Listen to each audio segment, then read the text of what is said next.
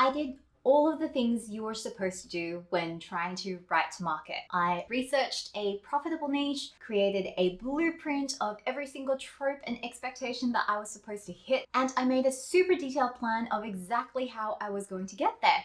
So, where did I f up? The funny thing is, this was not the first time that I've tried writing to market. Hey guys, it's Deborah and welcome back to my channel where we talk about the business side of self-publishing. Going into NaNoWriMo, I had a very clear goal. I've never had a burning story that I wanted to write, and that's partially why I did the fix fic for NaNoWriMo last year, because I was just literally like, I don't have a story of my own to write, I'll just fix somebody else's. That seems like something I could do just to figure out if I could write a book. And I really don't think I would have taken the leap into writing original fiction this year if my writing group hadn't pushed me into it. And there were three specific parts to this goal. The first part was to finish, which I did not, as I did not get to type the end, so that's already an automatic fail. The second part of it was to have a rough draft, which, let me assure you, it is extremely rough. And the final part of this goal was original fiction. I could have set a fairly low bar, which was just write something that does not come from a world that somebody else has already created. But this channel is not about setting low bars. This channel is about learning how to be the best self-published author we can be by learning from the best. And so I decided to write to market. The gospel of self-publishing, according to Chris Fox, is that successful authors write to market. I feel like one of the main reasons why people object to the whole writing to market thing is that it makes a book seem less like art and more like a product. The whole point of writing to market is so that you don't invest a whole heap of time writing a book that is not going to sell to enough people in order to produce a sustainable level of income for you. It perfectly aligns with the CEO mindset that I think you have to take if you want to be a successful self-published author, and it also aligns with the strategy of producing only a minimum viable product. I actually did write to market for my kids' books because I noticed specifically that there was this gap, this unfulfilled demand for bilingual kids' books in Cantonese and English. And while you could argue that it was a success because I do make a profit on that particular title, I would argue it is not. Simply because trying to make a sustainable income from children's picture books is just really hard. Not only are they higher priced in the market simply because you have to have a print version since kids primarily read in print, you also generally have to offer a hardcover because kids. And because they're picture books, you have to have illustrations, which are time consuming to do, assuming you even have the adequate skill in the first place, or extremely expensive to commission somebody else to do them. On top of that, it actually increases your print costs because you have to do them in full premium color as opposed to standard color. As a result, I only make a few bucks on every single copy that I sell. And even though I have set the prices as low as I possibly can, I just can't generate enough revenue. Also, with kids' picture books specifically, they're so short that you have to give away the audiobook version for free. And even if you don't, there are so many people doing read-throughs on YouTube and Instagram that effectively you have no way of monetizing that audiobook. With the amount of time it takes to produce every single one of these books, it is going to be years before I have enough titles in my portfolio so that I can actually make a living wage. That's why I wanted to see if I could make the jump into prose fiction. Not only is there a bigger market, but there are also higher margins, and I also think it is actually going to be faster for me to publish a prose fiction book than it is for me to publish a picture book. That's what I say now without actually having gone through the process for publishing a work of prose fiction aimed at adult readers. However, I'm not pulling this estimate out of thin air. I'm gonna go off what Will White has said, so we shall see. Have you tried writing to market before? If not, why not? And if you have, did it work for you? Let me know in the comments because I'd love to hear your story. What's fascinating to me though is that the two authors I aspire to be like, Brandon Sanderson and Will White, both do not actually write to market. They wrote something that they thought was missing from the market, and by doing so, they actually created a market for books that didn't exist before. And I think this worked for them because both of these authors had a really strong idea of the kind of stories that they wanted to tell, and more specifically, they both had backup plans for what they would do if they were not able to sell these stories. Maybe I wouldn't go at the rate I was going, right? I would have to find a real job. If I died with 150 unpublished manuscripts. Was I okay with that? Was I going to keep doing this? Even if I eventually never sold anything and never made a living, I realized, yeah, I would. I made the call that I was just going to keep doing this. Well, it's great that neither Brandon Sanderson or Will White had to actually use their backup plans. It's not so great for me because corporate life burned me out really bad twice. Like, my husband came home and found me crying on the floor. Bad. This is it, guys. I have to make this work. The biggest question then was, what market am I writing to? And to me, the answer was pretty obvious. It was always going to be fantasy because that is what I read. And specifically, it was going to be progression fantasy. Progression fantasy as a specific niche that people are writing to has only probably been around since like 2019 when the term was actually coined. However, if you look at the 5 works that really define what progression fantasy is, the first chapters of Mother of Learning actually went up on Fiction Press back in 2011, while the earliest book of Cradle came out in mid-2017. The release of Cradle specifically was what made this niche take off in particular. But since then, there has not been a lot of strong entries in the niche, despite a lot of authors trying to get into progression fantasy. So there is just this huge unmet demand for quality novels in progression fantasy, which has gone unfulfilled for the past 4 years. Like, that is incredible. There are close to 30,000 members of the progression fantasy subreddit and more than 17,000 people who have joined the official fan community for Cradle. That is a lot of people. Will White is exclusive to Amazon and Amazon does not publish total sales numbers, but I can make a fairly good guess at what the ballpark might be if I triangulate a couple of data points around his Amazon bestseller ranks, the number of reviews he's got, and the number of people in these various fan bases online. And I just want to point out here that these numbers I am about to show you are probably on the low end of how Will White is doing because these are the ebook sales numbers only. And Will White is not even using any of the other business models available to other authors writing in this specific genre, like Patreon, for example. This also doesn't include income from his other non-Cradle titles. The data I've got here is as of the time of filming, which is roughly 1 month after the release of book 11 in Cradle. Based on this model, I'm guessing Will White has made roughly $68,000 US as his net publisher compensation for the month of November. I do not know what his product mix is. Specifically, I do not know how many ebooks he sells relative to paperbacks and audiobooks, but I would guess, based on some of the income reports that Chris Fox has shared on his YouTube channel, Will White is probably making the majority of his income from ebook sales. So let's round the 68,000 to something like 60,000, maybe 55,000. That is the number that Will White gets in his bank account from Amazon after Amazon deducts their share of royalties and delivery costs. From there, he still needs to take off all of the other title level costs such as the cover, the book design and formatting, editing, things like that. But as I've covered in a previous video, those costs might not actually be that high, specifically because he doesn't have a whole heap of original art that he commissions. The cover itself is fantastic, obviously, so I would expect that is where the bulk of his costs are going.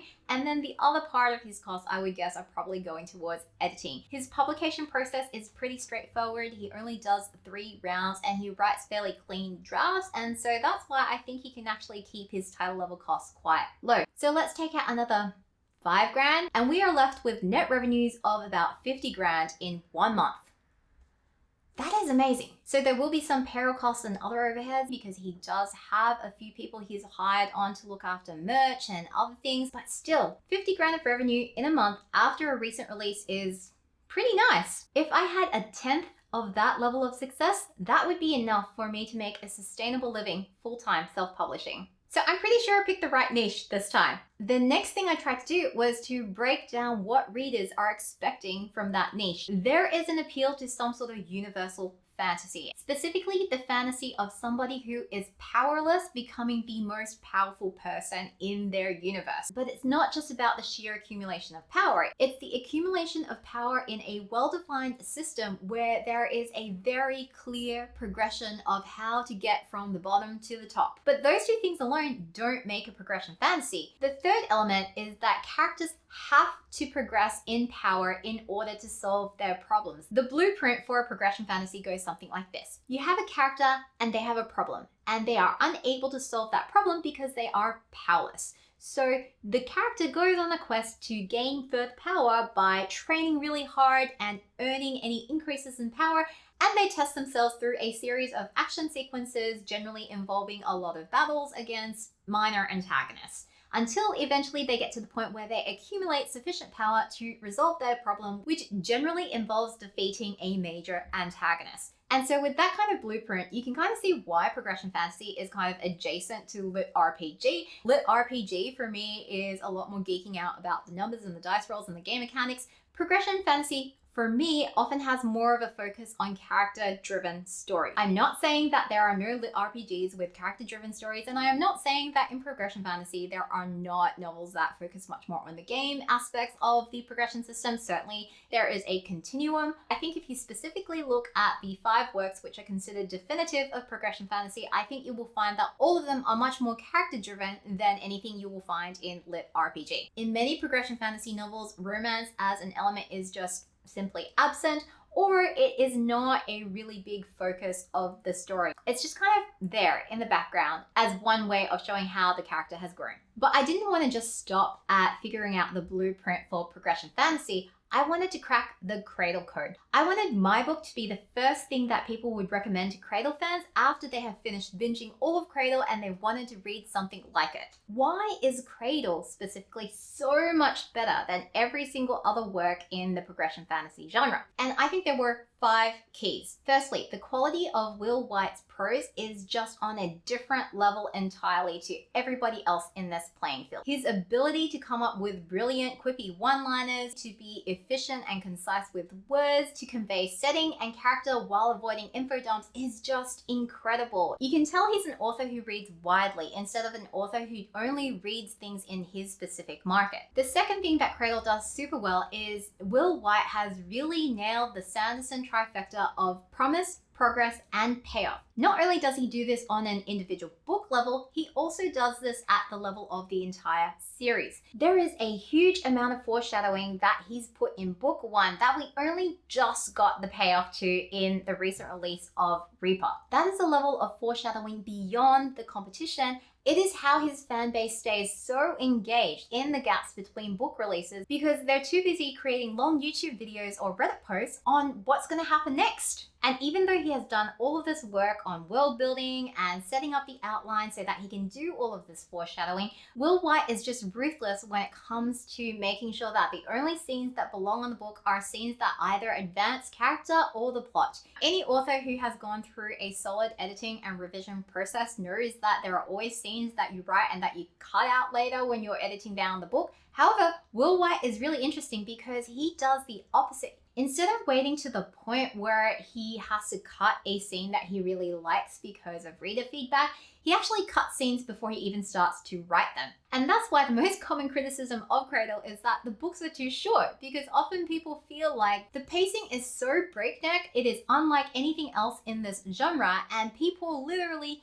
binge from book 1 all the way through to book 10 because they're just compelled to keep turning the page, to the point where people are often missing little character moments. Finally, though I think it is actually the least significant of all of these factors, Cradle has what Sanderson would term a strange attractor. It is actually both a cultivation novel as well as a progression fantasy novel. So with all of that market research done and internalized, I went up and did my super detailed plan. I designed my effective writing habit and I set up all my spreadsheets and workflow tools, and I was ready. I was ready to go and write this thing to market. Except I had a really big problem. I had no idea how to turn my concept into a progression fantasy. Even after I had thrown out my entire outline the day before NaNoWriMo started and desperately tried to fix it so it would kind of resemble a progression fantasy, it did not work. With all of this in mind, I sat down on day 1, I started writing, and NaNoWriMo was over now, and I have not written something similar to Cradle. In fact, I have not even written something that could be loosely termed as progression fantasy. If I were to pick some comparable titles, I would say Supplicant is a whole lot closer to Baru Cormorant or the Greenbone Saga or the Daughter of the Empire series than Cradle. I do not have a well-defined progression through a clearly structured magic system. I do not have the protagonist solving her problems primarily through the accumulation of further power. I have 0 training montages and very few action sequences. Every single criteria I have in my outline, I basically did not achieve. And on top of all of that, I added in this random romance arc that was nowhere in the outline and I did not set out to write. And I do not know why. I do not understand how I set out to write a progression fantasy and ended up over here.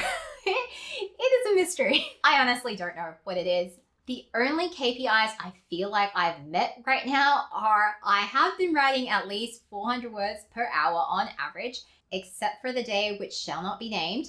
And I did write more than 75,000 words in a month. But as to the rest of these KPIs, I have so many holes in my world building right now that I am going to, at some point, do a count of all of the XXX placeholders that I have in my manuscript and let you guys all know how many there are and in what areas of world building they specifically relate to, because I have to go back and plug all of those holes in revision. In terms of my prose, here are some comments I was making in real time as I was writing it. Finally, in terms of the level of character-driven conflict in every single scene, I feel like I might potentially get a pass there, although I really don't know because there are still some scenes in there which I feel like are really boring and meandering and don't do a whole lot of stuff, and yeah.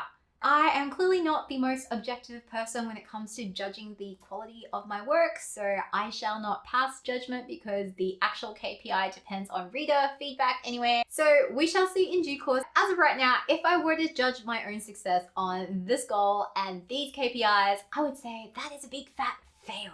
Even though I love Cradle, I simply don't read enough progression fantasy. And in looking at some of the other inspirations that have influenced Will White and how he wrote Cradle, I don't consume any of those kinds of stories either. And while I do love the training montages and seeing the progressions and all of the action sequences as a reader, as a writer, that is not the kind of conflict that fascinates me. There's only so many ways that I can personally write character A punches character B in the face, and I actually find a lot of stories where there is a lot of political intrigue involved and characters who have complex and competing motives struggling with moral and ethical dilemmas. Those things are what really fascinates me. If I have a think back to why Brandon Sanderson and Will Wright wrote the kinds of stories that they do, it is because they were frustrated that there were all these stories that they were reading where the authors were not doing enough and not taking the stories into a direction that they wanted to see. So Brandon Sanderson, for example, has become known for all of his hard magic systems and the epic scale of his stories and really truly unique fantasy worlds that aren't just your typical Tolkien high fantasy types of elves and dwarves and orcs and that kind of overdone thing. And not only that, but also exploring what fantasy looks like when you don't have fantasy in a medieval type setting. And these kinds of historical analogs that we've already seen so much of in other fantasy novels. Will White came up with Cradle because he was so fascinated and loved cultivation novels and myths and legends, except for the fact that they had some really terrible protagonists and also had horrible portrayals of women. I had to really ask myself why. What's it that was frustrating me with how romance is depicted in fantasy novels that I felt the need to actually have this? There are so many fantasy novels, even ones which are not primarily marketed as romance, with romance elements in them, that still have these fundamental problems I see in the romance genre. The reason why I don't read romance, and whether this is a fair reflection of the genre or not, I'm not actually sure because I don't read it, but this is how it is marketed to me, and so I stand by my impressions as a potential reader. The romance genre is everything I hate about how a patriarchal society defines women's role and women's worth. Female protagonists in those novels in particular are always desperately seeking this happily ever after, and even if she doesn't think she is, she always actually secretly is. These stories are always about this woman, no matter how talented, how accomplished, whatever else she has going on in her life, finding fulfillment and completion as a person by pursuing this happily ever after with the love interest. And the love interest is usually a horrible, horrible, horrible trope. And this happily ever after is generally only achieved after a series of very shallow and overdramatic complications, which, honest to high heaven, guys, two adults who are actually emotionally immature would just never run into these complications because, you know, they would actually sit down and have a conversation with each other like adults actually do. And usually the reasons why these two characters cannot be together are super shallow, over-contrived, very dramatic and OTT, and just look like they've come out of the pilot of a K-drama.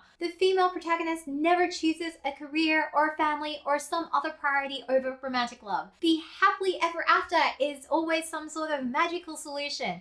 And oh guys, I hate it. I hate it. I hate it. I hate it. And if this is not a fair reflection of the romance genre, please let me know in the comments what some good romance books might be, because generally speaking, every time I look on the shelves at a romance novel, it just repulses the hell out of me. And the thing is, I just want my daughter, when she gets old enough to start reading longer works of prose fiction, I just want her to be able to pick up a fantasy novel that might have a romance element to it, and it does not end with the happily ever after.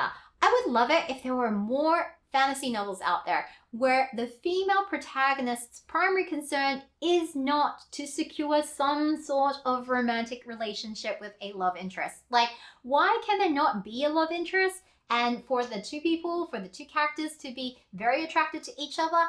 And yet, you know, like, it just doesn't work out because, hey, the main character has other priorities, and I'm sorry, those priorities are more important than romantic love. Like, it would just be nice to see that. I don't want my daughter internalizing the subconscious message that as a woman, no matter how personally or professionally accomplished she is just not a complete person without a romantic partner and a happily ever after in her life. And that it is not okay for her to choose to be alone. That is my wish. Even though I have totally failed at writing any sort of progression fantasy, let alone a successor to the behemoth that is Cradle, I still am going to publish this book because if I am feeling like this, I surely cannot be alone in how I feel. As of right now, I think I have another 15,000 words to go, so this is gonna end up being like 80 to 90,000 words long. Another thing I failed at, accurately scoping how long my novel's gonna be. So if you're in a similar situation and need to get some writing done, I am continuing to do daily writing live streams, and you can find them on my channel in this section. Now the challenge is to see if I can get this published in the next 6 months.